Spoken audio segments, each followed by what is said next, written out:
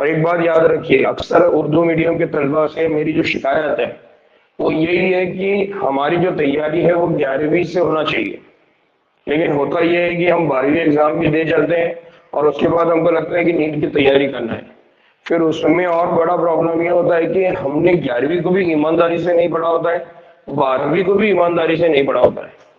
پھر تیسرا مسئلہ یہ ہوتا ہے کہ ہمارے پاس پہلے بھی کتابیں اویلیبل نہیں رہتی اور بعد میں بھی کتابیں اویلیبل نہیں رہتی. چوتھا پرابلم یہ ہوتا ہے کہ ہم کو پہلے بھی نہیں پتا ہوتا ہے کہ نوٹس تیار کیسے کی جاتی ہے، نہ بعد میں یہ بات سمجھ میں آتی ہے کہ نوٹس تیار کیسے کیے. ہاں بس ایک جذبہ ہوتا ہے، ایک شوق ہوتا ہے کہ نیٹ ایگزام کی تیاری کرنا ہے، آگے بڑھنا ہے. لیکن نیٹ ایگزام کی تیاری صرف شوق سے نہیں ہوتی.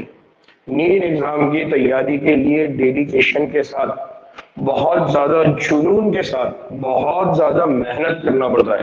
اور اس محنت کے لیے اپنا طریقہ کار، اپنا اسٹریٹجی بنانا پڑتا ہے.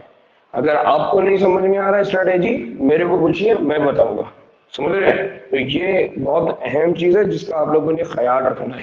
ٹھیک ہے نا، آگے بڑھ رہے ہیں ہم لوگ.